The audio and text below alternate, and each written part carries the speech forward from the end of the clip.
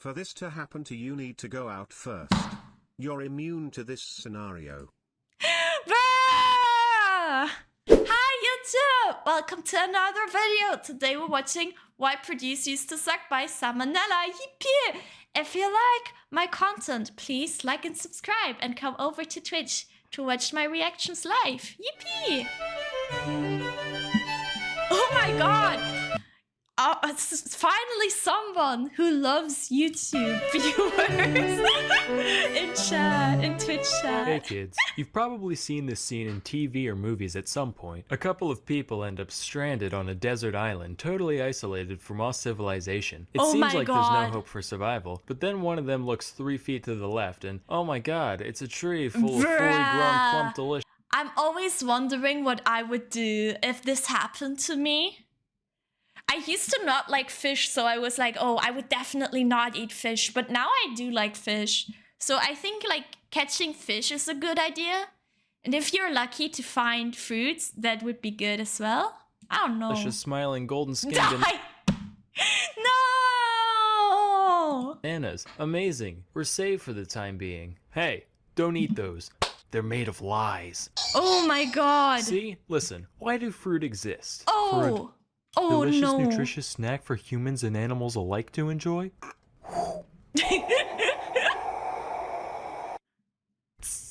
No, he's touching the sun. Him into the sun like that. You're next, Susan! How did you know my name? I created you. Anyway, as most of you probably know, fruit are a thing because beggars can't be choosers in this situation. True, true, true. You can't really, you know, you just want to survive. So I think even if I didn't like fish, like I still would have eaten it because I gotta eat something. But then also, is every fish okay to like eat as long as you cook it? Oh! For this to happen to you need to go out first. You're immune to this scenario. Oh, the fishing works. No? So then how do you know? Like, that's always what I'm wondering, because you don't know what fruits are okay to eat or what animals are okay to eat. because nature figured out, hey, if you put a little bit of I don't know fish. I don't know fish. around your seed, it'll convince some idiot bird or something to carry your baby off to faraway lands. But right? yeah, I guess it's better to eat something than nothing. So but then I'm humans showed ranting up and were about like, this. hey, that's pretty nifty. Listen, is it cool if we selectively breed you for thousands of years to give you horrific deformities to crank up that whole deliciousness part a couple hundred notches?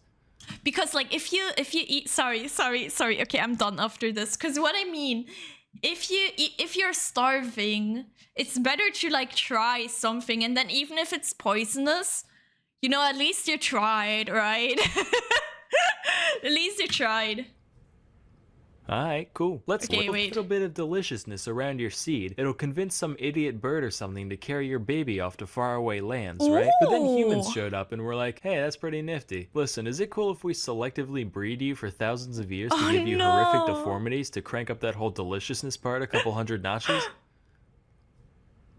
Alright, cool. Let's take a look But that's kind of insane. Humans just know. bananas, specifically the Cavendish variety that we all know and love. That's a card at Balatro. On the inside, we got like 2% seeds, 93% delectable banana meat, and 5% that brown part at the bottom that your mom says is perfectly fine to eat, but you still don't trust. Great for a snack, terrible for reproducing efficiently. Meanwhile, check out the thing on the right here. That's Musa acuminata, one of the suspected ancestors of today's nanners. Much smaller and jam-packed with seeds, with just enough flesh in there to make it worth some smelly primate's time to crack open a yellow one with the boys. Here's another wild Massive. Okay, sure. Massive. Has a lot of personality. It has some great technique. type banana, Musa balbesiana. Oh Less my sweet, God. way starchier, harder to get into, hella seeds, same shit, different day really. But hey, if you stick that boy in the ground, you've got an okay chance of making a new banana tree. You bury a modern banana. See how the smaller one has more seed? Okay. But I wonder, crossbreeding is really cool. I don't know. It's kind of silly how that works. How the people just find out. What you're gonna end up with is a dirty banana. And not that one club in Miami, I mean an actual dirty banana. That's because, like a lot of cultivated fruit, culinary bananas are so inbred and malformed that they can't produce offspring even if they wanted to. No. So, word of advice for you men out there, if ever a lady points out how poorly endowed you are, just show her this JPEG. Why does she have the exact same hair color as me? Look at this. It's the same. Say, wow, I didn't realize it was so potent and fertile. You really opened my eyes, thank you. Bananas aren't the only piece of produce to follow this pattern though, not by a long shot. For example, take the watermelon. According to Monsanto, everybody's favorite corporation, the first evidence of human cultivation of the watermelon dates back to Egypt around 5,000 years ago. Back then, they were only 2 inches in diameter, around the size of a tennis ball. The flesh was supposedly tough and bitter, much like that of a tennis ball. Of course, just as the growth of a delicious green baby takes time, so too did the evolution of the modern watermelon. In fact, even as late as the mid-1600s, watermelons looked way different from what we have today. Oh, true. Are they still like breeding watermelons to get like better ones? Probably, right? Holy shit, look at that. By this painting by Giovanni Stanchi. Notice the thicker rind, the larger seeds, and the weird segmentation on the inside. Definitely a cooler still life subject, but ultimately inferior as a summertime snack. How about vegetables? Tell me, do you enjoy cabbage, Brussels sprouts, kale, collard greens, broccoli, or cauliflower? I mean, they have Minecraft watermelons. It's so cool. Guess I like broccoli and cauliflower. The rest are kind of gross though. Wrong! All 6 of these vegetables are actually the same thing. That means you like them all. They're all good. That's not how that works. I'll be good. Anyway, these veggies are all just cultivars of the same species, Brassica oleracea, otherwise known as wild cabbage. Every part of the plant is edible to some extent, but there's not much of it to go around. So a bunch of different people throughout history said, alright, what if we just take one specific part of the plant and go fucking insane with it? And that's what they did. Those who bred for giant leaves got kale, going for huge dense flower buds gets you broccoli, juicy engorged lateral leaf buds equal Brussels sprouts, etc. But what, can't you breed them to make like one plant that has everything? Or is that not possible? Yes? Speaking of segues, let's check out eggplants. The OG eggplant was first domesticated. Cause like, why are they not doing that? I feel like, wouldn't that save some space? In India, where it can still be found in the wild today. It looks nothing like an eggplant though. They actually resemble little green berries the size of grapes. The only thing it seems to have in common with the classic purple eggplant is how little both of them have in common with an egg. However, if we add the RGB percentage values of their color and merge their shapes, we do get what looks approximately like an egg. Bro. Okay, yeah. So I guess that solves that mystery. Yeah? This whole transformation really is a testament to man's greatness, though. That's like starting out with a frog and selectively breeding them until you end up with Grimace from McDonald's lore. Not Grimace! Which, did you know Grimace used to be evil and have 4 arms? This is a real thing. I'd like to think that when they lopped off his extra limbs, all his evil energy went with him. And now there's— Wait, I didn't know Grimace was McDonald's lore. I thought Grimace was some other lore. I thought Grimace was like from Sesame Street or something. I didn't know it was straight up McDonald's lore. Just 2 plump purple cylinders scampering around the countryside waiting to pull unsuspecting kids under ball pits, never to be seen again. That's just my McDonald's Grimace poops milkshakes. It says poop? Oh my god. Waiting to pull unsuspecting kids under ball pits, never to be seen again. That's just my McDonald's headcanon though. Anyway, back to whatever we were talking about. Next is corn, or sorry, maize. I call it corn like a normal person. We call it mice in German. If it was supposed to be called maize, these would be called mazes. Obviously, that's like the perfect opportunity, but they're not, so put an etymological sock in it. Or stocking. Anyway, I was totally expecting old corn to look like those baby corns you find in Chinese food and literally nowhere else. Turns out those actually are just baby corns. One suspected ancestor of corn is known as teosinti, which looks like this. Gee whiz, Sam, that sure does look like garbage. That looks not like corn. Good eye, Billy. That's because it was garbage. Whereas modern corn has a kernel count in the hundreds, teosinti only has 5 to 12, with each one being encased in— It eats babies. I eat baby corn. corn. I love baby corn. A hard shell that's basically impossible to get into short of boiling it or chipping a tooth. The fact that people decided to domesticate it in the first place makes sense once you realize that most grains are basically the same thing. But honestly, that just makes me wish people figured out how to turn a piece of wheat into a big chunk of whatever to gnaw on. This whole thing disappointed me so much that I actually moved it to the top of my list of reasons not to visit the Mayans if I ever get a time machine. Nonetheless, as you can see, human endeavor... Wait, what are the other reasons? The corn was bad. Brutal human sacrifice. I always wonder with the like human sacrifications. No, it's human sacrifices. With human sacrifices, I always wonder, do they just pick like the weakest one? Or do, like, sometimes I see that people want to get sacrificed. Overly complex calendar.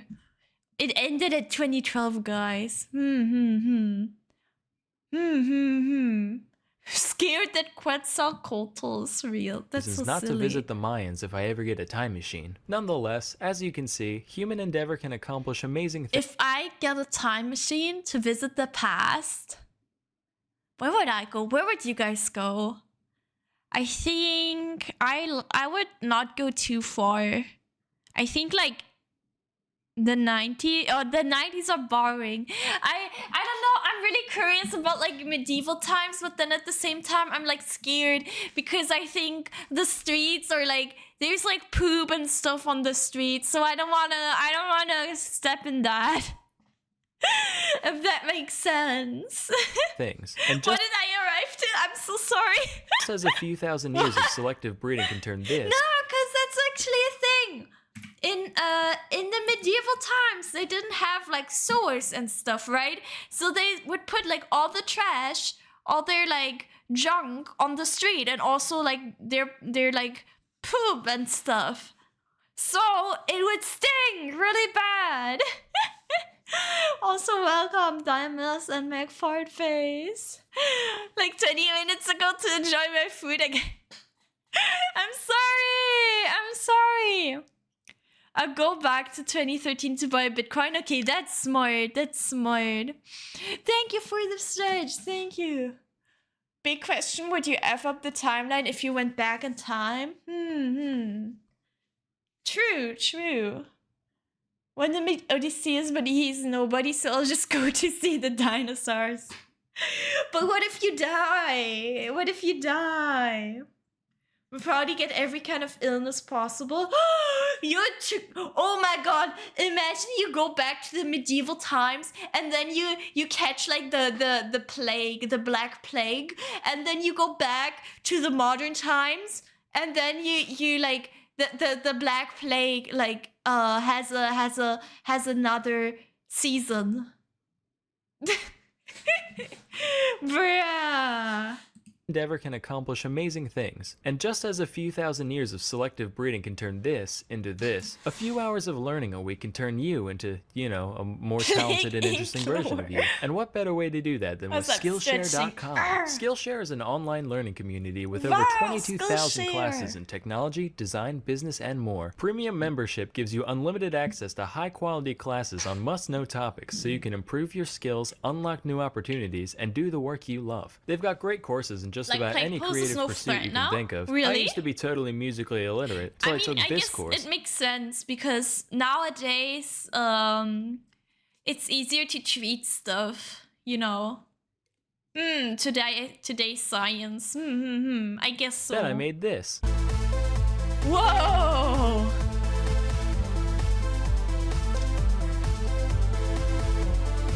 What about food? You like food? Of course you do. You'd be dead if you didn't. I love With food. Skillshare, you can make your own macaroons, fresh pasta, spring rolls, I should whatever. make snail macarons on stream. Join the millions of students already learning on Skillshare today with a special offer just for my viewers, where you can get 2 months of Skillshare for free. To Heard sign you up, like go food to more than people? skl.sh/samo2. Again, for those in the back, go to skl.sh/samo2. To get 2 months of unlimited access to over 22,000 classes for free. Act now for this special offer and start learning today. Anyway, till next time, I'm Sam and Nella, and thank you for watching. Alright. Oh. Nice video. Awesome video. Guys, please get over to Salmonella and subscribe to him and like all his videos. And also, if you're interested in Skillshare, you heard the man. And also, if you like my reaction, please like and subscribe and come over to Twitch to watch me live. But now I also stream live on YouTube. But I only stream reactions live on Twitch. Yippee! Bye, YouTube!